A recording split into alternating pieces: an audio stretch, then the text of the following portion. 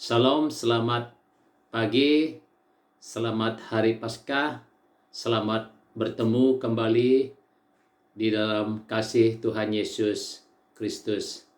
Kiranya Tuhan Yesus menyertai semua jemaat Tuhan dimanapun Anda berada. Ya, saya harap supaya Anda semua baik-baik saja dan sehat-sehat saja di tempat di rumah Anda masing-masing. Jadi kita sudah hampir 1 bulan tidak bertemu dan tidak ada mengadakan kebaktian di gereja. Namun kita tetap bersatu di dalam doa, di dalam kasih Kristus. Jadi oleh itu kita jemaat yang saling mendoakan supaya kita tetap kuat walaupun kita agak berjauhan. Ya, kita sudah hampir 1 bulan sudah tinggal diam di rumah di atas satu wabak penyakit yang sedang merebak di seluruh dunia sekarang ini yang tidak dapat dielakkan hanya dengan langkah berjaga-jaga. Oleh itu kerajaan telah memberi perintah berkurung selama dalam berapa waktu ini untuk mengekang atau untuk supaya kita tidak mudah dijangkiti oleh virus ini. Jadi ini usaha kerajaan untuk menolong seluruh rakyat Malaysia.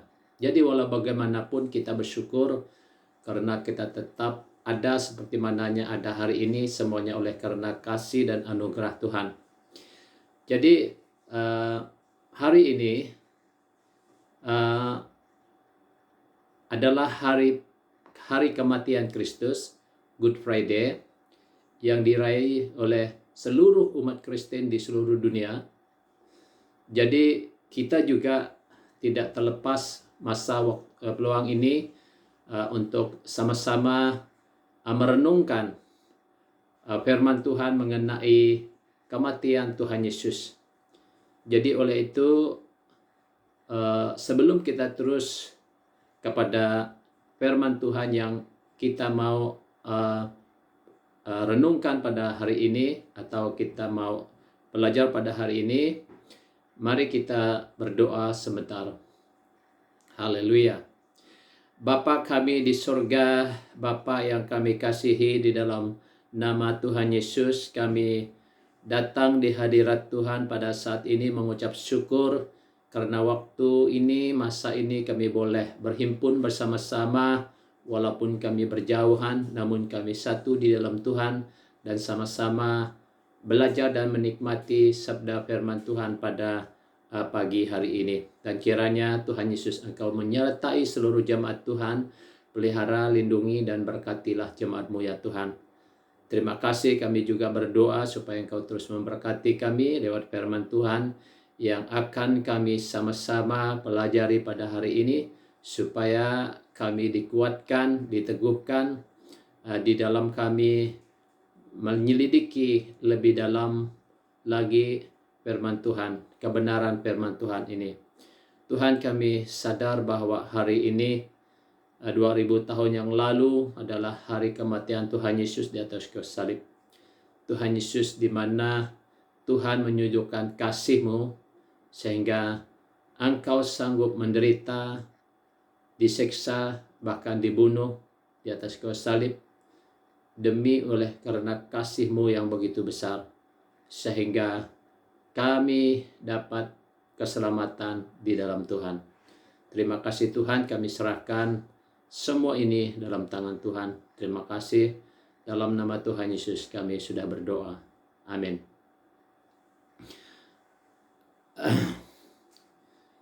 Topik kita pada pagi ini yaitu kematian Kristus. Jadi kalau kita lihat dunia, memang banyak agama-agama lain, bangsa-bangsa lain yang mengejek orang Kristen, yang mengatakan, orang Kristen mentuhankan manusia. Jadi ada pula mengatakan, Tuhan orang Kristen mati. Jadi banyaklah ejekan-ejekan dari bangsa agama lain terhadap iman Kristen. Walaupun bagaimanapun itu karena ketidakketahuan mereka. Itu sebab mereka terus mengkritik atau mengejek-ejek kita, sebab kita adalah memiliki Allah yang sanggup mengambil rupa manusia dan sanggup mati. Jadi oleh itu mari kita lihat dalam beberapa ayat terlebih dahulu bagaimana kenapa Yesus mati. Jadi kalau kita lihat dalam Ibrani pasal 9 ayat 22 yang berbunyi demikian. Dan hampir segala sesuatu dicucikan menurut hukum Taurat, dan tanpa penumpahan darah tidak ada pengampunan. Jadi menurut hukum Taurat, ya kalau kita lihat dalam Perjanjian Lama, harus ada penumpahan darah. Maksudnya ada pengorbanan. Mereka mempersembahkan domba sebagai persembahan menghapus dosa. Jadi ketika imam-imamlah yang layak untuk mempersembahkan korban bakaran, korban untuk penghapusan dosa untuk umat Israel. Jadi supaya umat itu Tuhan ampuni mereka daripada dosa dan pelanggaran mereka. Begitu juga kalau ada rakyat-rakyat yang lainnya juga boleh datang membawa kambing domba sebagai persembahan menghapus dosa mereka juga. Jadi artinya domba itu harus mati, disembelih dan harus mati, baru ada pengampunan dosa. Jadi kalau kita lihat juga domba ini adalah melambangkan Yesus sendiri, darah Yesus sendiri yang dari Perjanjian Lama, dan akhirnya kelak di dalam Perjanjian Baru maka Yesus datang mempersembahkan dirinya sebagai persembahan yang menghapus dosa seluruh umat manusia. Jadi kalau kita lihat juga dalam Ibrani 29 ayat 22. Imam harus mengadakan perdamaian bagi orang itu dengan domba jantan korban penebus salah di hadapan Tuhan karena dosa yang diperbuatnya sehingga ia beroleh pengampunan dari dosanya. Imamat pasal 19 ayat 22. Jadi di mana domba jantan juga menjadi dipersembahkan sebagai korban penebus dosa yang dipersembahkan oleh para imam. Jadi baru orang itu mendapat pengampunan dosa.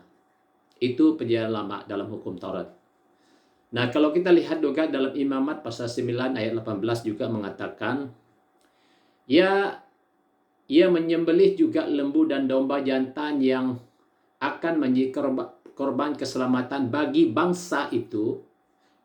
Lalu anak-anak Harun menyerahkan darah domba korban itu kepadanya, maka Harun menyiramkannya pada mazbah sekelilingnya. Jadi ada juga persembahan korban sembelihan yaitu lembu dan domba jantan untuk dipersembahkan untuk sebagai persembahan korban untuk penghapus dosa atau keselamatan bagi seluruh umat Israel. Jadi betapa pentingnya ada penumpahan darah, ada pengorbanan, ada pengorbanan darah, persembahan pengorbanan, yaitu kambing domba. Jadi dipersembahkan sebagai korban. Jadi untuk pengampunan dosa, untuk keselamatan umat Israel. Nah, ada beberapa 3 poin yang saya nak sampaikan untuk kita pada pagi ini. Yaitu yang pertama, Allah menunjukkan kasih-Nya ketika kita masih berdosa. Allah menunjukkan kasih-Nya ketika kita masih berdosa. Jadi artinya harus kita tahu bahwa semua manusia adalah orang yang berdosa. tidak ada manusia yang dapat diselamatkan, yang dapat menyelamatkan dirinya sendiri. Jadi oleh itu hanya Allah sendirilah yang punya inisiatif bagaimana dia datang untuk menjadi pengorbanan, untuk menebus manusia, yaitu dengan cara dirinya sendiri. Jadi kita lihat di mana kita ini tidak dapat ada pengampunan tanpa ada pengorbanan.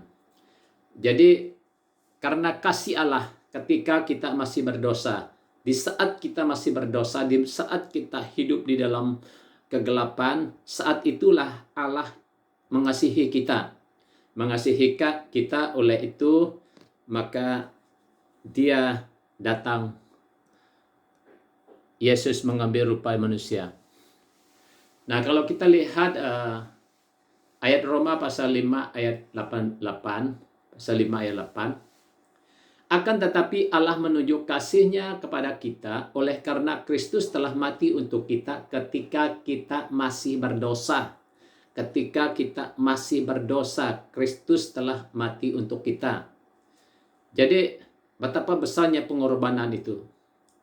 Jadi, kalau kita lihat dalam Yohanes pasal 1 ayat 1, 2, 3 hingga 14 yang berbunyi, pada mulanya adalah firman, firman itu bersama-sama dengan Allah dan firman itu adalah Allah. Ayat 14 mengatakan, dan firman itu telah menjadi manusia. Jadi itulah dia Yesus, firman Allah yang dari surga adalah firman dan mengambil rupa seorang manusia yang kita panggil nama dia Yesus.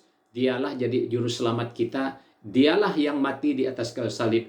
Dialah yang menunjukkan kasih-Nya kepada kita ketika kita masih berdosa. Dia mati untuk kita. Jadi Yesus itu datang mati di atas kayu salib itu bukan karena kesalahannya, bukan karena pelanggarannya, bukan karena dia bersalah melanggar hukum pemerintah, tetapi dia karena dosa kita.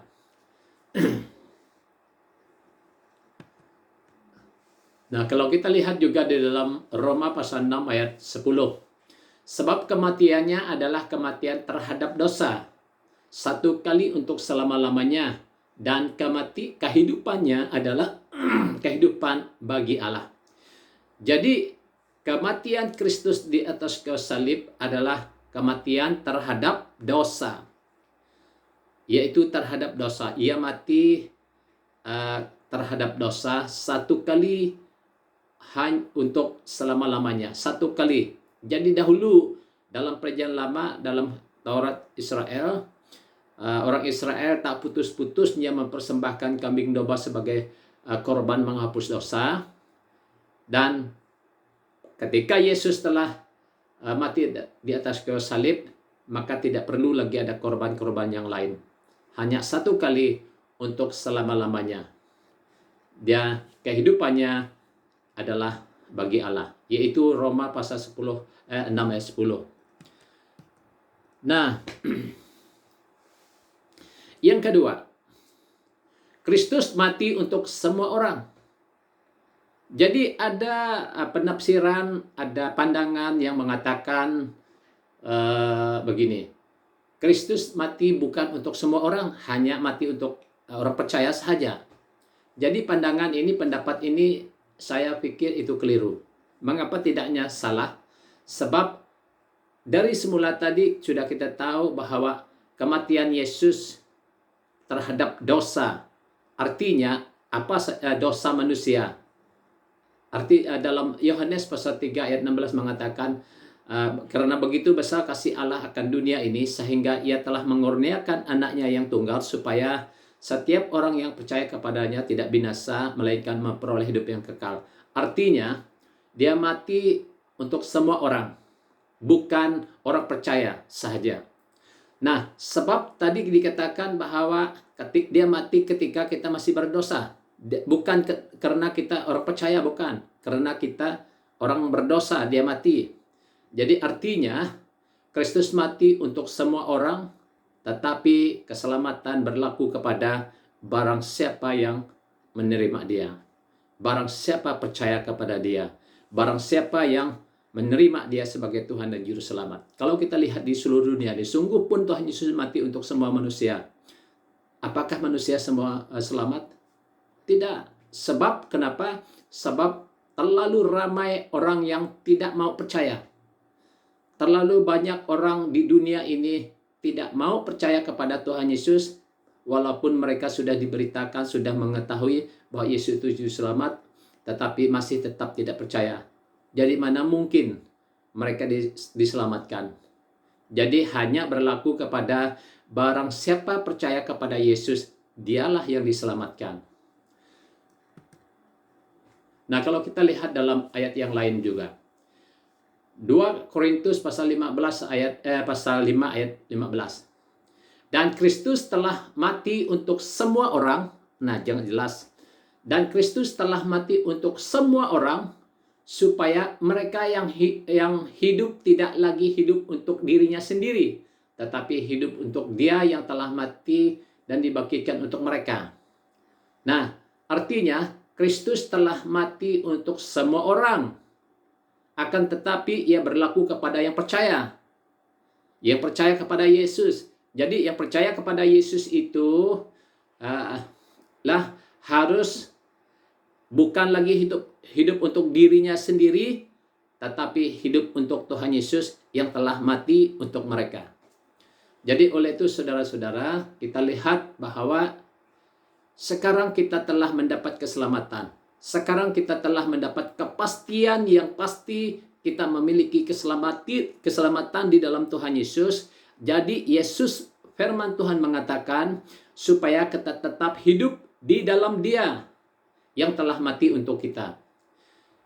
Dan kita harus bukan lagi hidup kita untuk diri kita sendiri. Artinya, kalau kita hidup kita untuk kita sendiri, apa saja yang kita usahakan, kita tidak mencari Tuhan. Apa saja yang kita buat, kita tidak minta kehendak Tuhan, pimpinan Roh Kudus. Kita tidak mau bertanya kepada Tuhan, buat saja.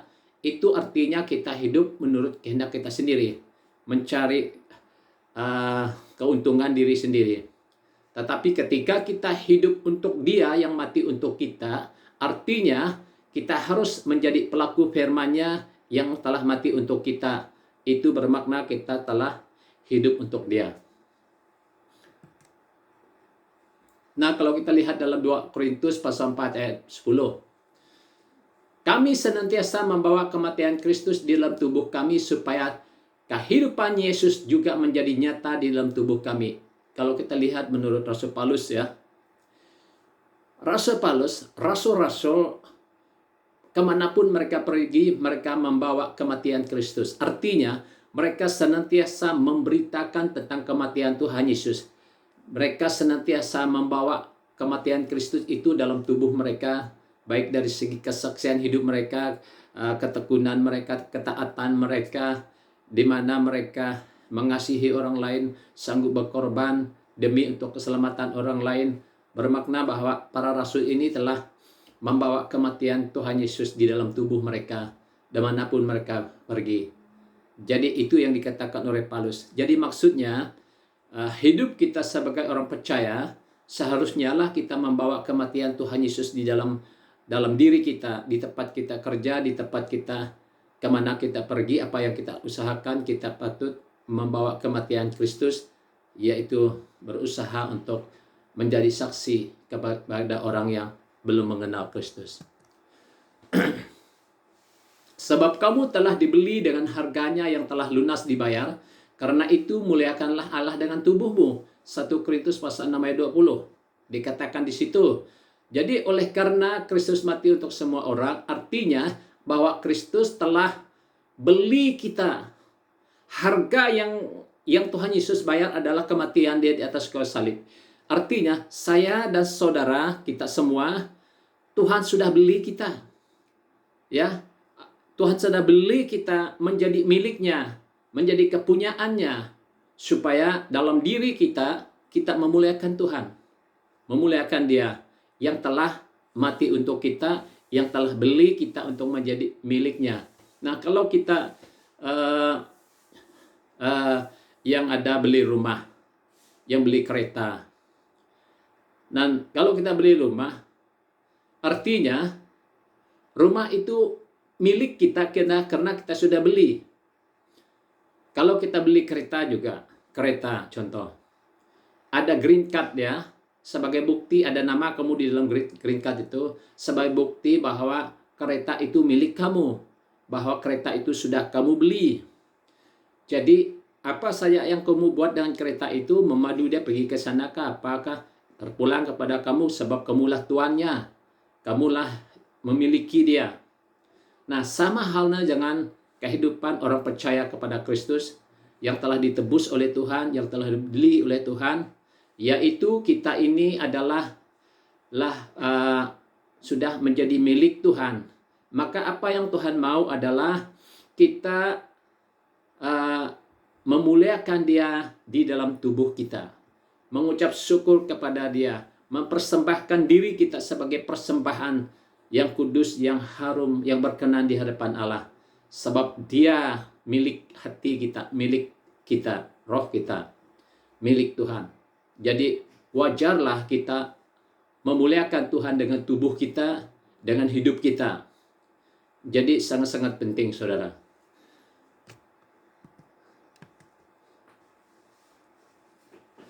Yang ketiga, kita diperdamaikan dengan Allah. Diperdamaikan dengan Allah. Nah, saudara-saudara, sebelum Tuhan Yesus mati di atas kayu salib, kita ini adalah seteru Allah atau musuh Allah. Mengapa kita menjadi musuh Allah? Sebab kita adalah manusia yang berdosa, yang tidak dapat berhubung dengan Allah. Hubungan manusia sudah putus oleh karena dosa, pelanggaran dosa. Jadi ketika Yesus mati di atas kayu salib, dia mati, ada satu mukjizat yang luar biasa terjadi, yaitu tabir bait Allah terbelah dua dari atas sampai ke bawah. Tabir bait Allah. Artinya tabir ini maksudnya tabir bait Allah itu adalah ada ruangan Maha Kudus. Hanya imam-imam yang terpilih saja yang dapat masuk dalam ruang Maha Kudus untuk mempersembahkan persembahan doa kepada umat Israel. Hanya seolah satu imam yang dipilih saja dalam satu tahun untuk dapat pergi ke ruang Maha Kudus. Itulah tabir yang menutupi bait Allah itu. Jadi ketika Yesus mati, dengan sendirinya tabir itu terbelah dua. Apa artinya? Jadi tabir itu bahwa hidup kita yang tadinya ada satu tabir yang tidak boleh kita masuk, dan sekarang kita telah boleh masuk ke ruang Maha Kudus. Siapapun Anda, siapapun kita, ini adalah satu gambaran ketika tabir bait Allah itu terbelah dua, dan setiap orang yang percaya kepada Kristus, yang telah mati dan menerima dia layak menghadap Maha Kudus, itu takhta Maha Kudus, di ruang kudus, Maha Kudus. Jadi artinya kita layak secara pribadi boleh menghadap Tuhan di dalam roh, di mana saja, tidak ada tabir pemisah lagi. Kita layak pergi ke hadapan Tuhan, berdoa dan datang di hadapan Tuhan. Oleh karena Kristus telah menyatukan kita kembali, memulihkan hubungan kita kembali dengan Allah. Dahulu hubungan kita dengan Allah terputus hubungan Allah dan manusia putus, tetapi Yesus kembali menyatukan hubungan Allah dengan manusia, sehingga saya dan saudara, orang percaya, layak menyebut Allah itu sebagai Bapa kita. Lalu kita berdoa, Bapa kami yang ada di surga. Mengapa kita boleh memanggil Allah di surga sebagai Bapa kita? Sebab Yesus telah memulihkan hubungan kita dengan Allah, yang telah melayakkan kita, yang telah mempersatukan kita dengan Allah, sehingga kita memanggil Allah sebagai Bapa kita. Jadi di dalam agama di dunia manapun, tidak ada agama yang mengajar bahwa ada bapaknya selain dari bapak jasmaninya, ada bapak rohaninya lagi, bapaknya yang tidak kelihatan, bapaknya yaitu Allah itu disebut bapak. Tidak ada, hanya kecuali orang Kristen atau orang percaya kepada Kristus sahajalah yang layak menyebut Allah itu sebagai Bapa. Jadi betapa kita harus bersyukur kepada Tuhan Yesus, bersyukur kepada Allah, yang oleh kematian Tuhan Yesus kita layak di hadapan Tuhan. Kita memanggil Allah kita sebagai Bapa kita. Jadi ketika kita merenungkan ini sedalam-dalamnya, memang itu akan memberi satu kesadaran yang lebih mendalam dalam hati kita, betapa Tuhan mengasihi kita. Nah, kalau kita lihat dalam ayat yang lain pula, Kolose pasal 1 ayat 21 hingga 22. Kolose pasal 1 ayat 21-22 yang berbunyi demikian. Jika kamu dahulu hidup jauh dari Allah, yang memusuhinya dalam hati dan pikiran seperti yang nyata dari perbuatanmu yang jahat, sekarang diperdamaikannya di dalam tubuh jasmani Kristus oleh kematiannya, untuk menempatkan kamu kudus dan tak bercela dan tak bercacat di hadapannya. Nah, dikatakan dalam ayat ini, juga kamu yang dahulu hidup jauh dari Allah dan memusuhinya dalam hati dan pikiran. Artinya, dahulu sebelum Kristus mati, dahulu sebelum Yesus menjadi korban penghapus dosa, kita ini, firman Tuhan mengatakan, kita ini jauh dari Allah dan memusuhi Allah. Artinya, kita ini adalah orang yang berdosa. Baik dalam hati kita, dalam pikiran kita, dalam perbuatan kita, dalam tindakan kita, kita adalah orang yang berdosa di hadapan Tuhan. Jadi kita layak menerima hukuman karena perbuatan kita, karena dosa kita. Tetapi ternyata dari perbuatan kita yang jahat ya. Sekarang, kata firman Tuhan, sekarang diperdamaikannya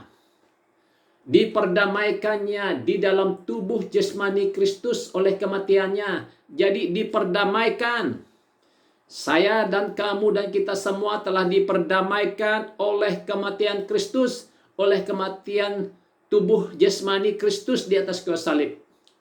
Jadi saudara-saudara, tanpa Kristus mati di atas kayu salib, tanpa Yesus menjadi korban penghapusan dosa, kita ini adalah orang tetap menjadi musuh Allah, dan kita ini adalah orang yang jauh dari Allah, dan kita ini adalah orang yang jahat di pandangan mata Allah, dan kita ini layak dihukum oleh Tuhan, oleh Allah sendiri. Maka kita tidak ada alasan untuk membenarkan diri. Tetapi kita harus bersyukur karena Tuhan Yesus adalah juru selamat kita yang sanggup turun ke dunia ini, menyerupai seorang manusia, mati di atas kayu salib, menebus kita daripada kematian, sehingga oleh kematiannya kita dapat kehidupan dan kita diselamatkan hanya oleh karena pengorbanan penghapus dosa Yesus Kristus di atas kayu salib. Saudara-saudara, jadi saudara-saudara, sungguh pun Tuhan Yesus mati di atas kayu salib. Kalau kita belum bertobat, belum menyerahkan diri kepada Dia, belum lahir baru, belum sungguh-sungguh menyerahkan hidup kita kepada Tuhan Yesus, maka pengorbanan Tuhan Yesus di atas kayu salib tidak akan berlaku kepada kita. Kecuali kalau kita bertobat, menerima Dia dan lahir baru, dan mengikuti firman-Nya dan taat kepada Dia, baru kita sungguh-sungguh ditebus Tuhan. Sebab hanya sekadar percaya, hanya sekadar menjadi orang Kristen, belum tentu dari hati, belum tentu dalam hati sudah bertobat. Jadi saudara, betapa pentingnya pertobatan di dalam iman Kristen. Betapa pentingnya kematian Kristus itu kepada hidupan kita. Dan kita percaya, dan kita mengimani, dan kita menerima Dia, bahwa Dia telah mati untuk kita, dan kita diselamatkan. Tetapi sekarang, di dalam Kristus Yesus, kamu dahulu jauh, sudah menjadi dekat oleh darah Kristus. Efesus 2 ayat 13. Dahulu jauh, sekarang dekat oleh darah Kristus. Dulu kita jauh, sekarang kita dekat. Bukan lagi dekat, malah kita layak memanggil Allah menjadi Bapa kita. Kita menjadi anak-anak Allah. Kita menjadi ahli kerajaan surga, yaitu melalui darah kudus Kristus yang telah mati untuk kita. Jadi saudara,